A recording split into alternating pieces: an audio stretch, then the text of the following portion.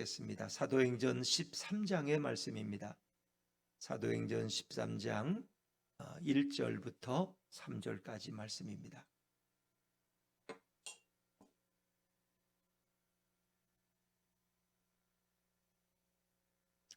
신약성경 208쪽 사도행전 13장 1절부터 3절까지 저와 여러분이 한 절씩 교독하십니다. 안디옥 교회에 선지자들과 교사들이 있으니 곧 바나바와 니게르라 하는 시몬과 구레네 사람 루기오와 분봉왕 헤롯의 젖동생 마나엔과 및 사울이라. 주를 섬겨 금식할 때에 성령이 이르시되 내가 불러 시키는 일을 위하여 바나바와 사울을 따로 세우라 하시니, 같이 읽습니다. 시작. 이에 금식하며 기도하고 두 사람에게 안수하여 보내니라. 아멘. 할렐루야. 네, 오늘 최고로 많이 참석하실 것 같아요. 오늘도 예수님이 함께 하시니까 오늘 이 밤에 큰 은혜가 임할 줄로 믿습니다. 오늘은 다 부부만 이렇게 일부러 오신 것 같아. 짝이 없는 분들은 안 오시고 오늘 부부 모인 부부 수요 예배가 되겠네. 할렐루야. 자, 오늘은 이제 예수님의 꿈을 이루는 교회, 이런 제목으로 우리가 은혜 나누기 원합니다. 예수님은 33년의 생애를 사셨는데 그 중에 집중적으로 공생의 3년 동안 그분이 하신 일은 복음을 전하는 일이었습니다. 하나님 나라를 전하는 일이었어요. 그래서 예수님의 가슴 속에는 그 세계 선교, 영혼 구원의 꿈과 비전을 품고 있었고, 그리고 예수님은 그 사명을 우리에게 부어주신 거예요. 그래서 예수님은 사도행전 1장 8절을 통해서 예루살렘뿐만 아니라 온 유대와 사마리아 땅끝까지 복음이 증거되길 원하셨어요. 그래서 우리가 예수님의 구체적인 대표적 그 선교 명령이 뭐예요? 사도행전 1장 8절이잖아요. 여러분 너무 잘 아시죠? 한번 읽어볼까요? 오직 성령이 너에게 임하시면 너희가 권능을 받고 예루살렘과 온 유대와 사마리아와 땅끝까지 이르러 내 증인이 되리라 하시니라. 그렇죠. 이게 주님이 우리에게 주신 지상 선교의 명령이에요. 또 마태복음 28장 19절 이하에 예수님이 승천하기 전에 주신 말씀이 있죠. 그러므로 너희는 가서 모든 족속으로 제자를 삼아서 아버지와 아들과 성령의 이름으로 뭐를 주고? 세례를 주고 내가 너에게 분부한 모든 것을 가르쳐 지키게 하라. 볼지어다 세상 끝날까지 내가 너희와 항상 함께 있을 것이다. 복음을 증거하는 그곳에 늘 주님이 함께 하겠다. 성령님이 늘 동행하겠다는 거예요. 이것을 우리는 그래서 지상 대명령이다. 예수님의 가장 큰 유언이요, 가장 큰 명령이에요. 그러면 부모님이 하여튼 돌아가기 전에 유언을 남기셨는데 그분이 가장 강조하던 말씀이 있다면 자식은 살아가면서 부모님을 생각하면 그 유언의 말씀을 가슴에 떠올리지 않겠어요? 우리도 마찬가지예요. 이 사도행전 1장 8절과 그리고 마태복음 28장 19절 20절 말씀은 잊을 수가 없는 거예요. 왜? 교회에 주신 가장 중요한 명령이거든. 근데 교회는 어느 때부터인가 이 명령을 자꾸 잊어버리기 시작하는, 이거보다는 다른 게 더 중요하다는 거, 이거보다는. 그래서 이거를 뒤로 미루는 경우가 너무 많다는 거. 자, 우리 여기에도 뭐라고 써 있어요? 디모데전서 2장 4절 같이 한번 읽죠. 시작. 하나님은 모든 사람이 구원을 받으며 진리를 아는데 이르기를 원하시느니라. 그러니까 주님의 뜻이 뭔지 이거 이 세 구절에 다 나타나 있는 거예요. 하나님이 원하시는 건 다른 게 아니야. 모든 사람이 구원받기를 원하고 우리가 진리이신 예수님을 아는 것을 원하는 거예요. 진리는 곧 예수님이거든. 나는 길이요 진리요 생명이니. 그렇잖아요. 뭐 그걸 누가 진리가 예수님 아니라고 부인할 사람이 어디 있어요, 여러분? 그렇습니다. 정말 우리에게 주신 이 주님의 명령, 이 유언과 같은 말씀을 우리는 깊이 새겨야 돼요. 근데 오늘 본문에 읽은 이 안디옥 교회가 주님의 꿈을 이루어가는 교회였다. 그러니까 교회가 주님의 비전, 주님의 꿈을 이루어가는 거예요. 근데 안디옥 교회는 특별히 조건이 어땠느냐? 개척된 지 오래된 교회예요? 얼마 안 되는 교회예요? 얼마 안 되는, 아직 유소년에 불과한 교회예요. 유명한 사도에 의해 개척된 교회도 아니에요. 스데반의 일로 인해서 환난을 피하고 흩어진 그 무명의 평신도들, 무명의 성도들이 와서 세운 교회가 안디옥 교회야. 근데 이 안디옥 교회가 이 사도행전 후반부에는 가장 중요한 역할을 감당한다는 거 아세요? 늘 하나님은 시대를 새롭게 하시는 거예요. 시대를.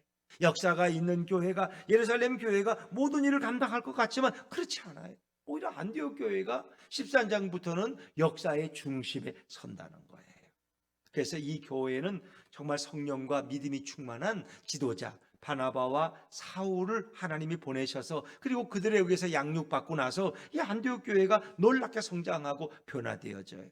정말 어린애 같은 안디옥 교회가, 우리가 지난주에 살펴봤나요? 모 교회인 예루살렘 교회 성도들에게 뭘 보내요? 구제헌금을, 연보를 보내는 거예요. 구제헌금이에요. 근데 기근이 심해가지고 예루살렘에는 이 성도들이 먹을 게 없어. 그때 헌금을 해서 그래서 그 일을 위해서 누가 갔다 왔어요?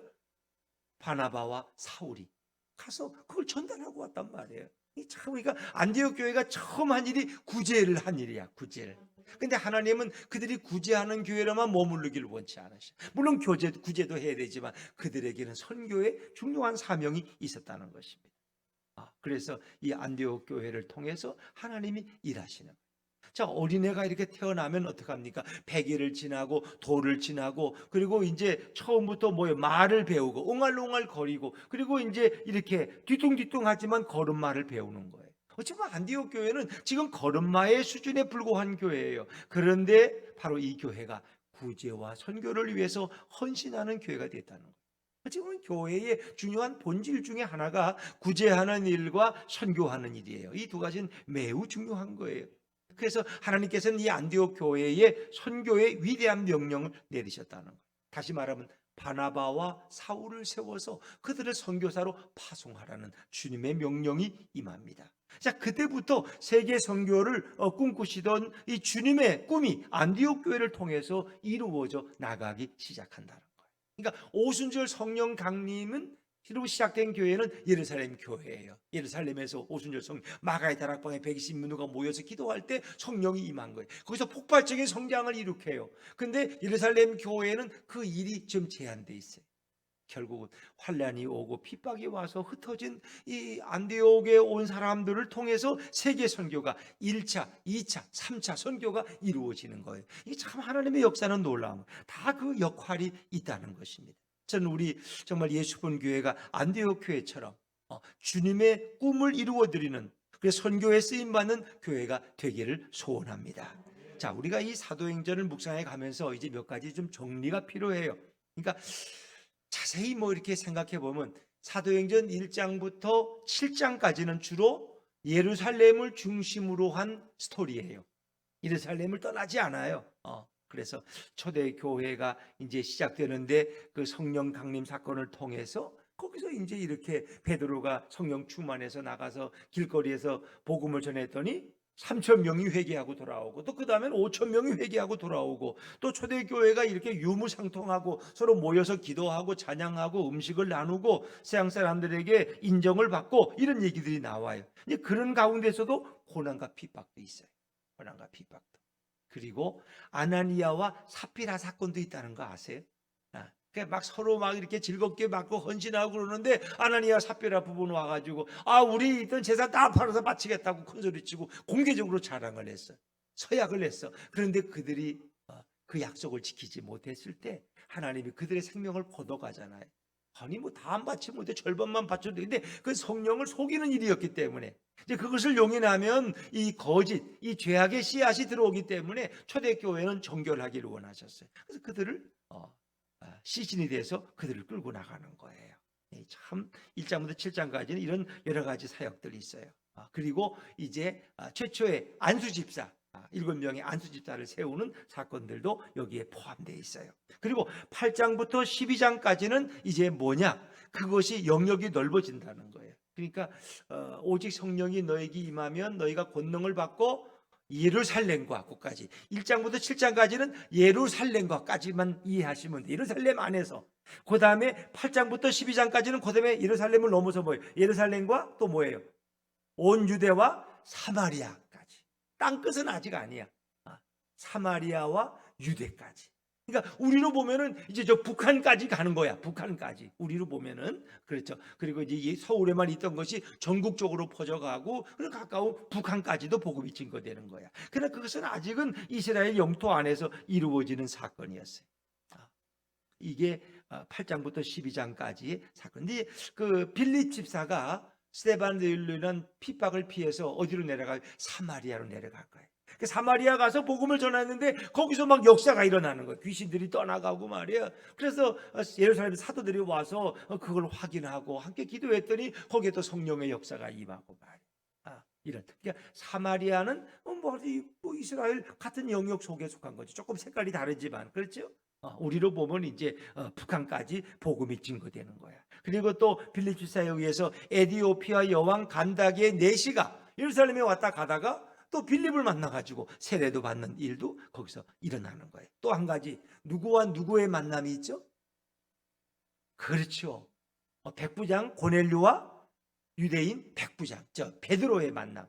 그러니까 베드로가 고넬료의 집을 방문하는, 그래서 거기 가서 기도했더니 거기 성령의 역사가 임하는 이 놀라운 만남이 이루어지는 거예요. 이건 뭐 때문에, 무슨 다른 거래하려고 만난 게 아니라 복음 때문에 만난 거야. 이방인에게 복음의 물줄기를 옮겨가기 위해서 하나님께서 베드로에게 명령하셨고 고넬료를 부르신 거예요. 그래서 복음은 만날 수 없는 사람들을 만나게 할 줄로 믿습니다. 복음은 갈 수 없는 곳을 가게 하는 거예요. 복음 때문에 그 위험한 곳에 가는 분들이 얼마나 많아요. 복음은 할 수 없는 일을 하게 하는 거예요. 그래서 고넬료도 정말 베드로를 초청할 수도 없고, 또 베드로는 그 더럽고 부정한 이방인의 집에 들어가서는 안 되는 거야. 그러나 하나님은 구체적으로 이렇게 그 부정한 것을 보자기에 싸서 내려오면서 이것을 먹으라 3번씩이나 그러면서 하나님이 역사하셔서 결국은 고넬료의 가정을 방문하고 거기서 성령의 역사가 임하게 되는 거예요. 그게 이제 유대와 사마리아와 유대까지, 그리고 이제 13장부터 마지막 28장까지는 이제는 예루살렘, 사마리아, 유대를 넘어서 어디까지? 땅끝까지. 그래서 이방인들을 향한 선교의 문이 활짝 열리는, 그런 가운데 하나님이 누굴 준비하셨어요? 사울을 준비한 거야. 사울을. 그래서 사울은 이방인을 위한 선교사로, 사도로 귀하게 하나님이 세우시는 거예요. 이 정말 하나님이 하시다 보면 너무 놀랍지 않습니까? 너무. 그래서 이 세계 선교의 본질이 바로 오늘 사도행전 13장 1절부터 3절까지에 속해 있다는 거예요. 하나님은 어떻게 세계 선교를 일으키는가? 그리고 세계 선교는 누가 하시느냐? 결국 하나님이 하신다. 하나님. 선교의 주체는 인간이 아니라 성령님이라는 사실을 우리에게 말씀해 주고 있어요. 자, 오늘 우리 1절과 2절 말씀을 13장 1절과 2절을 한번 다시 읽어봅니다. 시작. 안디옥 교회에 선지자들과 교사들이 있으니 곧 바나바와 니게르라 하는 시몬과 구레네 사람 루기오와 분봉왕 헤롯의 젖동생 마나엔과 및 사울이라. 주를 섬겨 금식할 때에 성령이 이르시되 내가 불러 시키는 일을 위하여 바나바와 사울을 따로 세우라 하시니. 아멘. 자, 2절에 보니까 주를 섬겨 금식할 때 성령이 이르시되, 성령이 말씀하시는 거예요. 이거 회의하다가 이게 안 나온 게 아니야. 성령이 말씀하셨어. 내가 불러 시키는 일을 위하여 바나바와 사울을 따로 세우라. 이 정말 놀라운 말씀이에요. 그래서 선교는 내가 하는 것이 아니라 성령님이 말씀하시고 성령님이 그 주체가 되신다는 거예요. 이게 굉장히 중요한 거예요. 우리는 이걸 예전에 하나님의 선교에서 미셔데이라고 이렇게 이야기하는데, 아미떼의 아들 요나에게도 요나서 1장 2절에 보니까 너는 니느웨로 가서 그것을 쳐서 외치라. 하나님 직접 명령하시는 거야. 선교를 명령하시는 분이 바로 하나님이시네.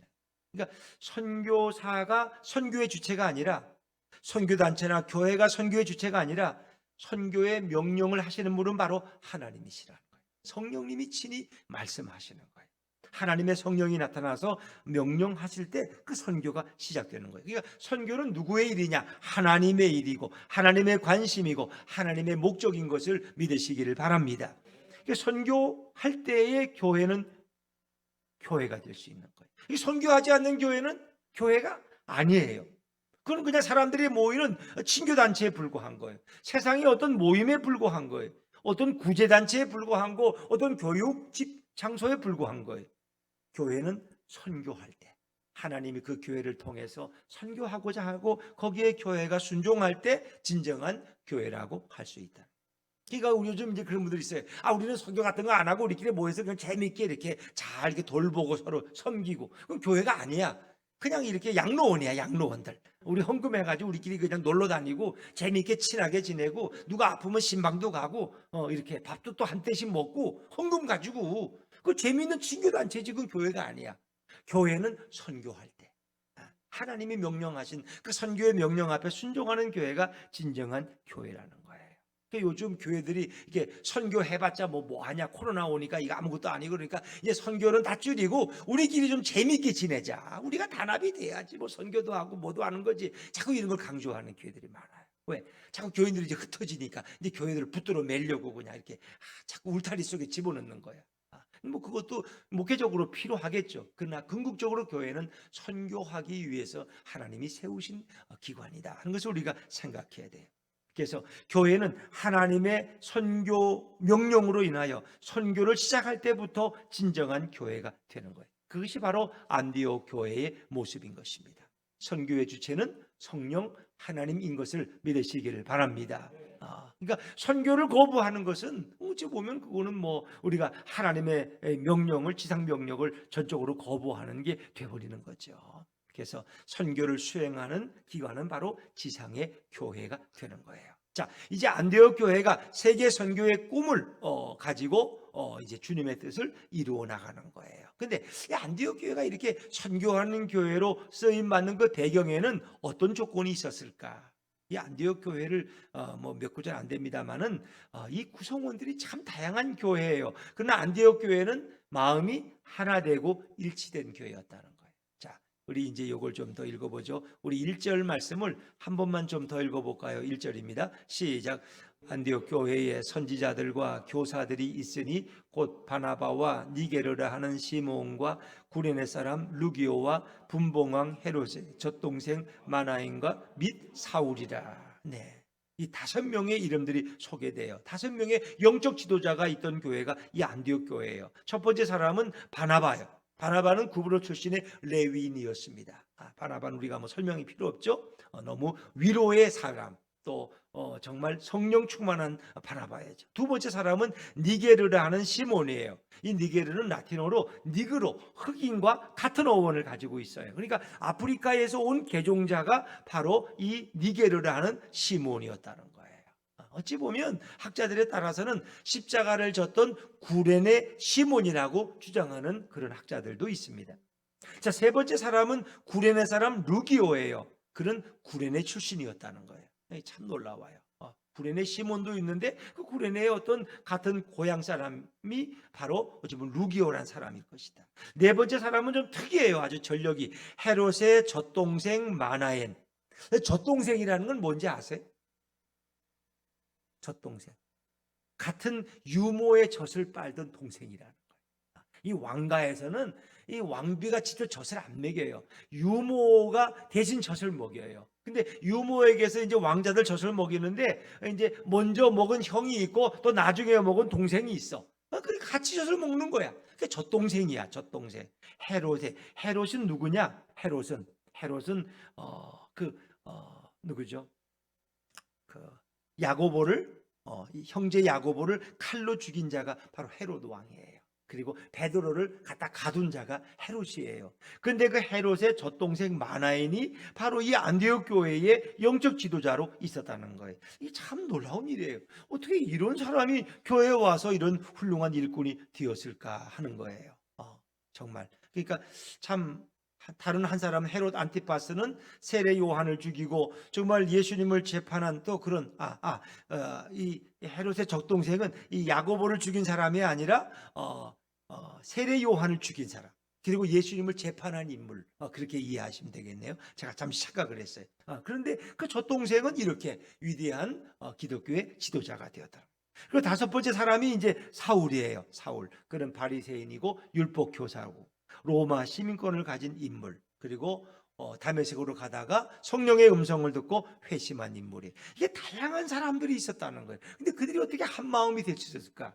그들은 성령 충만하고 성령의 음성에 순종했기 때문에. 그러니까 다양한 사람들이 모이면 의견이 다를 수밖에 없어요. 생각이 다를 수밖에 없어요. 그러면 분란이 일어날 수도 있고 분열이 일어날 수 있어요. 그런데 그들은 그렇지 않았다는 거예요. 왜? 성령이 주도하는 교회였기 때문에 그들은 그렇지 않았다. 우리 참 대한민국의 이 장점이 많은데, 우리는 뭐 축구도 물론 잘하지만은 이게 집단적인 어떤 스포츠 경기보다는 우리는 개인 종목이 더 우수하다는 생각을 늘 가져. 왜냐? 여자 하면 뭐가 나와요? 골프. 세계 뭐 미국에 가면 골프는 거의 여자들, 한국 여자 선수들이 다 휩쓸어. 그냥 박세리로부터 시작을 해가지고 이 개인기가 뛰어나다는 거예요. 또 양궁을 따라올, 물론 우리는 우리 배경을 가지고 있지만은 이런 거 보면은 참 한국이 개인 종목엔 강한데 이 축구 같은 거 잘하지만은 그래도 이게 좀 단체 종목엔 좀 약한 경향이 있어요. 그래서 우리 한국인들이 너무 이렇게 잘 분열된다는 아픔을, 그러니까 너무 이렇게 뭐 이렇게 여야와 너무 극명하고 너무 또 이렇게 집중적으로 싸우는 거 보면은 좀 그래요. 근데 이 미국이라는 나라는 좀 신기한 게 거기도 공화당과 민주당이 오늘 이제 결과가 어떻게 됐을 거지? 상원과 하원 이제 투표가 있어서 이 하원은 거의 공화당 쪽이 우세하고 이제 상원은 접전이야. 거기서 이제 갈리는 거야.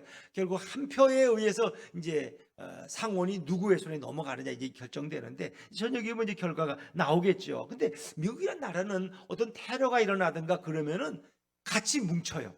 여야가 같이 뭉치는 게 미국의 특징이야. 왜? 분열돼 가진 우리가 살 수 없다는 걸 알기 때문에. 그래서 이 테러 사건이 일어나면 정부에서 예산을 신청하면 오히려 야당은 더 많은 예산을 쓰라고 허락을 해주는 거야. 그래서 왜? 우리 미국을 지켜야 된다는 거야.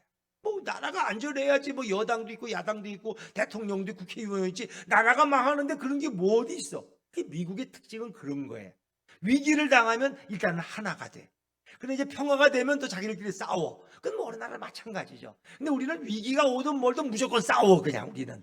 그거 어디 갈 거야? 나라가 망하는데. 그러니까 중국에 의해서 우리나라가 뭐 이렇게 계속 어려움 당할 때도 계속 싸웠다는 거 아세요? 임진왜란 전에도 계속 싸웠다는 거 아세요? 그러다가 임진왜란이 결국 당한 거야. 일본에 의해서. 임금은 저 압록강까지 도망가고 말이야. 왜? 계속 싸우니까. 한쪽은 이제 통신사를 보냈어, 일본에. 여러분 내용 잘 아시잖아요. 가서 일본을 살펴보라는 거야. 일본이 전쟁 준비를 하고 있고 우리 조선을 치려고 준비하고 있다는 거야. 사절단이 가서 쭉 살폈는데 갔다 와서 의견이 두 가지야. 한쪽은 무조건 일본은 평화롭다고. 전쟁 준비는커녕 아주 너무 평화롭고 우리 대한민국을, 조선을 아주 극진하게 생각하더라고. 근데 또 한쪽은 아니라는 거야. 내가 자세히 가서 살펴보니까 다 전쟁 준비하고 있고 조선을 치려고 지금 굉장히 준비를 하고 있다는 거야. 근데 한쪽이 찬성하면 한쪽은 무조건 반대해. 그 당시에 우리나라의 모습은, 조정이라는 데가. 그러니까 이제 그런 와중에 사실은 이제 그 왕도 알았겠죠. 그러나 뭐 그걸 준비할 힘이 여력이 없으니까 결국은 이제 개혁을 해서 이렇게 무기를 만들려면 돈이 있어야 돼요. 그러면 백성들, 가난한 백성들의 세금을 걷으면 그들은 또 피폐해. 그럼 결국은 부자들, 돈 있는 사람들의 돈을 걷어야 되는데 그건 할 용기가 없고 결국. 그래서 그 전쟁 준비를 하지 않았다가 엄청난 일을 당하고 결국 이제 이순신이라는 영웅이 태어나서 이제 그런 뭐 결과를 가져오잖아요. 자, 이 보면은 미국이란 나라는 참 특이해요. 위기를 당하면 하나가 된다는 거예요. 어느 요양원에 가니까 정신질환자들이 한 300명 있는데 그 정신질환 300명이 막 문 열고 나가면 어떡해요? 그러면 경비원들이 상당히 많을 것 같은데 밤에도 한 사람이 딱 지키는 거야. 막대기 하나 들고 왔다 갔다 해.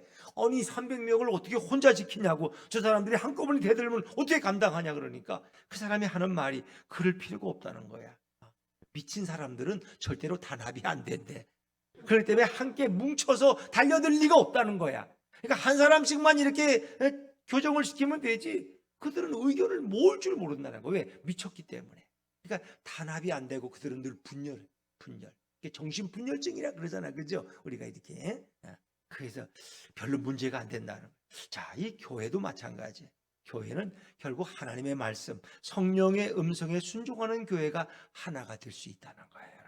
그래서 우리 예수분교회도 처음도 그랬지만 지금도 그렇고 앞으로도 늘 주님의 은혜 안에서 하나 되는 교회가 되어야 할 줄로 믿습니다. 그런 의미에서 안디옥 교회는 성령의 음성에 아주 예민한 교회였어요. 성령이 말씀하실 때 그들은 그대로 순종하는 거예요. 거기엔 다른 일이 없어요. 그러려면 우리가 어떻게 해야 돼요? 주님께 초점을 맞춰야 돼요. 오늘도 주님이 말씀하실 때 우리는 그것을 들을 준비가 되어 있어야 돼요. 가장 좋은 것은 우리가 새벽 시간이 기도할 때가 우리 마음에 주님이 주시는 가장 주님의 음성을 좋게 듣는 시간이 되죠. 가끔 이렇게 이제 지금은 그럴 일이 없지만 제가 어릴 때 그런 경험을, 아이들이 가끔 숙제를 하는데 방 안에서 근데 라디오를 크게 켜놓고 숙제를 해. 그 엄마는 부엌은 이제 따로 방이 있으니까, 예전에는, 지금은 거실에 같이 있지만, 그럼 부엌에서 엄마가 야, 너 거기 냉장고에서 뭐 좀 가져와라 하고 소리를 질러도 이 아이는 그걸 못 들어. 왜? 라디오를 크게 켜놨기 때문에. 그러면 엄마가 나중에 화가 나가지고 문을 열고 야 이놈아, 라디오 좀 꺼, 라디오 좀 꺼. 그리고 이제 말씀하시. 그 냉장고에서 고추장 좀 가져와라. 이렇게 얘기하시는 거예요. 그러니까 라디오를 켜놓으면 엄마가 아무리 얘기해도 들을 수가 없어. 우리가 세상의 소리에만 귀를 기울이면 주님의 음성을 듣지 못해. 그 어찌 보면 모든 주의를 잠잠히 하는 거예요. 그리고 우리의 귀와 우리의 눈이, 우리의 마음이 예수님만 향하면 주님은 반드시 우리에게 말씀하셔요. 뭔가를 말씀하셔. 늘 설교를 들을 때 우리가 주님이 오늘 내게 말씀하십시오 그러면 그 설교 30분 동안에 40분 동안 어떤 것이든 주님은 내게 꼭 말씀하시는 것이 있어요. 집중하면. 그렇죠. 주님은 오늘도, 성령님은 오늘도 역사하시기 때문에 우리에게 말씀하시고 있다는 거예요.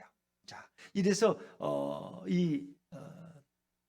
안디옥 교회는 오직 주님께만 초점을 맞추는 교회였다. 그리고 이 안디옥 교회는 그대로 순종하는 교회였다는 거예요. 자, 우리 3절 말씀을 한번 읽어요. 3절입니다. 3절 시작. 이에 금식하며 기도하고 두 사람에게 안수하여 보내니라. 2절에 성령이 말씀하시니까 바나바와 사울을 따로 세우라. 그러니까 그들이 묻지도 않아. 금식하고 기도하고 두 사람에게 안수하여 보냈다는 거예요. 참 놀랍죠. 그들은 순종하는 교회였다. 그들의 순종은 참으로 놀랍습니다. 역시 이 선교의 역사는 하나님이 말씀하시고 성령이 권면해도 우리가 순종할 때 거기에 놀라운 일이 일어나는 것입니다. 정말 예수 그리스도께서 사울을 변화시켰고, 그리고 안디옥 교회가 순종할 때 결국 사울은 세계 선교를 위해서 위대하게 바나바와 함께 쓰임받게 되는 것입니다. 선교란 어찌 보면 순종에는 희생이 따라요. 선교를 위해서 나의 가장 귀한 것을 드리는 게 어찌 보면 선교다. 전에 의료 선교를 위해서 네팔로 간 한 선교사님이 계셨는데, 그분은 40대 가장 돈을 잘 버는 아주 전성기의 외과 의사였어요. 근데 어느 날 그가 기도하는데 성령님께서 그를 네팔 선교사로 떠나라고 이렇게 하나님이 말씀하셨어요. 근데 그가 떠나고자 할 때 정말 가장 왕성한, 가장 젊은 의사고 가장 인기가 있고 그리고 많은 사람이 찾아오는 그런 병원이었다는 거예요. 근데 부인이 반대해. 의사는 일하느라고 돈도 못 썼지만 부인은 좀 그래도 재미있잖아요. 남편이 돈을 잘 벌어다 주니까. 그러니까 그러는 거예요. 남편이 말을 안 들으니까, 여보, 당신 어머니 지금 연로하신데 어머니 돌아가신 다음에 우리 장례식이나 치르고 좀 가자고. 그렇게 급하냐고. 남편이 말을 안 들어. 그랬더니 또 부인이 또 그러는 거야. 그럼 우리 고3 아들 수능고사나 마치고 좀 대학 입학하는 거 보고 좀 떠나도 늦지 않느냐고. 그것도 또 이 의사가 말을 안 들어. 내 나이 40세, 지금 외과 의사로 제일 실력을 많이 발휘할 수 있는 시간이라는 거 나는 압니다. 그러나 내 인생의 황금기, 나의 전성기를 주님께 드리고 싶지, 나의 노년을 드리고 싶지 않소. 젊을 땐 돈 많이 벌고 나이 들어서 이제 한 곳에 별로 인기 없으면 선교지에 가서 이렇게 이제 가서 내가 나중에 내 의료 기술을 그들을 위해서 헌신해야지, 이런 생각을 많이 한다. 근데 의사의 생각은 반대야. 나의 가장 왕성한 40대를 주님을 위해서 내가 드리겠다는 거예요. 그 생각을 가만히 하면서 보니까 저도 이제 이렇게, 사실은 제가 65세에 은퇴하면은 정년 조기 은퇴하면은 그때부터 이제 개척교회 하려고 사실 생각했어요. 이제 그런 마음들, 왜 이제 좀 은퇴하고 나면 마음도 안정되고 좀 이렇게 재정도 좀 준비되고 이렇게 하면 좀 여유 있게 할 수 있겠다. 그때는 이제 교회에서 또 원로 목사라고 뭐 연금도 주고 그러니까 생활은 걱정 안 하고 좀 편안하게 할 수 있을 것 같다는 이런 생각이 들었어요. 내가 평생 하지 못한 개척교회를 한번 시작해 보겠다. 그런데 하나님의 뜻은 그게 아니야. 너가 조금 더 젊었을 때, 60대 환갑을 지나니까, 뭐 그때도 60은 인생의 시작 아닙니까? 인생은 60부터 청년기니까 그때 시작하라고 그렇지. 65세면 너무 늦단 말이에요.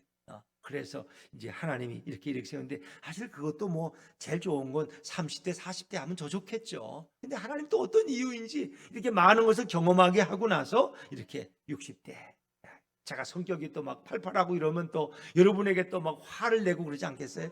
이제 60이 되니까 이제 화도 뭐 낼 힘도 없어. 이제는 그냥 그렇게 사근사근 말 안 하고, 말 안 들으면 그냥 할 수 없는 거고, 내 자식도 말 안 듣는데 뭐 남의 자식이 말 듣겠어 이러면서, 안 그래요 여러분? 이런 생각. 그렇죠. 뭐 내 자식이 말 안 듣는다고 뭐 때리겠어, 내쫓겠어. 마찬가지야. 젊은 지도자님들이 뭐 말 안 듣는다고 어떡하겠어 내가. 주님께 맡기는 것밖에 더 있겠어요? 그러니까 아마 좀 느긋하게 만들어서 이렇게 하라고 아마 그러지 않으셨을까. 여러분, 그렇습니다. 자, 우리가 하나님께는 최선의 것을 드려야 된다는 거예요. 만약 우리 가정에 3남매가 있다. 여기 이제 3남매 다 있네. 양쪽 집 다 3남매가 있는데 딸이든 아들이든 다 귀하니까. 그런데 이제 그 중에 하나님께서 정말 한 사람을 선교사로 세우라 그러면 누구를 보낼까? 이 궁금하지 않겠어요 여러분? 누구를? 공부 잘하는 우리 큰아들을 보낼까? 아니면 뜀박질을 잘하는 둘째 딸을 보낼까? 아니면 우리 놀기 좋아하는 셋째 아들을 보낼까? 뭐 우리 여러분은 나름대로 생각할 거예요. 근데 선교사로 보낸다 그러면 여러분은 어떻게 하겠어요? 공부를 제일 잘하는 자녀를 보낼 것 같아요? 아니면 공부가 좀 시원치 않은 자녀를 선교사로 보낼 생각을 할 것 같아요? 그래서 그건 뭐 모르죠. 여러분의 결정이죠. 근데 이제 전에 제가 신학교 들어갈 때도 그랬어요. 저도 뭐 공부를 잘 못했습니다만은, 이제 그렇게 장로님들 대화 보면 그래요. 아이가 이번에 전기 쳐서 떨어졌다는 거야. 그랬더니 이제 어느 권사님이, 장로님 뭐 걱정하세요? 그 장로님 그때 마음이 두 가지였잖아요. 이젠 신학교나 보내요. 신학교는 후기니까. 이렇게 해서 전기에 좋은 대학 떨어지면 후기에 신학교나 보내라고 그냥. 그래서 1차, 2차 재수하다 안 되면 그 다음에 신학교나 가야 되겠다 이런 생각. 왜? 다 떨어지는 거 보니까 아마 신학교에 하나님이 나를 보내려는 계획이 있는가 보다, 뭐 이런 생각을 할 수도 있어요. 근데 사실 그게 꼭 옳은 것만은 아니라는 거예요. 어찌 보면 내게 가장 귀한 시간, 내게 가장 귀한 물질, 내게 가장 귀한 자녀를 주님을 위해 드릴 수 있다면 우리 주님이 얼마나 기뻐하실까 하는 거예요. 그래서 어찌 보면 안디옥 교회는 사울과 바나바라는 가장 위대한 영적 지도자 두 사람을 지체하지 않고 안수해서 그들을 파송했다는 거예요. 그 부산의 성자라고 부르는 장기려 박사님 있죠. 그분이 섬기던 교회가 뭐 천십자병원인가 근데 그분이 이제 며느리를 보았는데, 그 며느리는 이제 그 며느리도 아마 의사였던 것 같아요. 가장 존경하는 의대 교수님이요, 또 홀로 부인은 북한에 두고 홀로 보셨으니까 홀로 계시는 시아버님께 정말 좋은 새 이불을 하나 선물해 드렸어요. 마련해 드렸어요. 그러니까 정말 이게 시아버님 좀 따뜻하게 이렇게 덮고 주무시라고 며느리가. 그런데 어려운 제자가 이렇게 찾아왔는데, 그 어려운 제자가 뭐 집도 어렵고 겨울엔 춥다 그러고 이렇게 얘기를 하니까, 이 장기려 박사님이, 야 며느라, 그 너가 해온 그 비싼 그 이불이 있지, 그거 가지고 와라. 그리고 이거를 내 제자에게 줘야 되겠다는 거예요. 그 며느리가 너무 좀 마음이 안타까워서, 아버님 그 좋은 건 아버님이 덮으시고 다른 이불 덮던 거 이게 주면 안 됩니까? 이렇게 하면서 이제 아버지의 의견을 구한 거예요. 그랬더니 이 장기려 박사님이 뭐라 그래? 이왕 남에게 주려면 새 이불을 주어야지 어떻게 덮던 이불을 줄 수 있겠니? 하면서 결국 고집을 피우시고 그 며느리가 가져온 가장 비싼 이불을 그 제자에게 주더라는 거예요. 여러분, 참 그분의 생각이 너무 아름답지 않습니까? 남에게 주는 것도 이왕이면 쓰다가 안 쓰니까 버리기는 그렇고, 버리긴 좀 아깝고, 그러니까 당신 필요하면 가져가라고, 이런 것보다는 정말 내게 제일 좋은 걸 골라서 선물로 준다면 그 사람이 받으면서도 얼마나 감동이 클까요? 그렇습니다. 더구나 주님께 우리가 최선의 것을 드릴 수 있다면 주님이 얼마나 기뻐하실까, 우리는 생각됩니다. 정말 안디옥 교회는 성령이 말씀하실 때 바나바와 사울을 금식하면서 기도하고 안수하여 선교사로 떠나보내는 거예요. 그래서 안디옥 교회는 세계 선교의 이제 어떤 터전이 되고 그 출발점이 되는 아름다운 교회로 쓰임받게 되는 것입니다. 사랑하는 여러분, 말씀을 정리하겠습니다. 우리의 인생도 이렇게 바나바와 사울처럼 쓰임받을 수 있다면 얼마나 좋을까요? 우리 예수품 교회가 개척된 지 얼마 안 되고 아직 연약한 교회지만 우리 예수품 교회가 이렇게 안디옥 교회처럼 쓰임받을 수 있는 교회가 되려면 얼마나 좋을까요? 주님이 기뻐하지 않으시겠어요? 비록 우리가 힘이 없지만, 힘이 미력하지만 성령님이 함께 하실 때 정말 우리 교회가 선교하는 교회로, 선교에 집중하는 교회로 이 시대 귀하게 쓰임받는 예수품 교회가 될 수 있기를 주의 이름으로 축원합니다.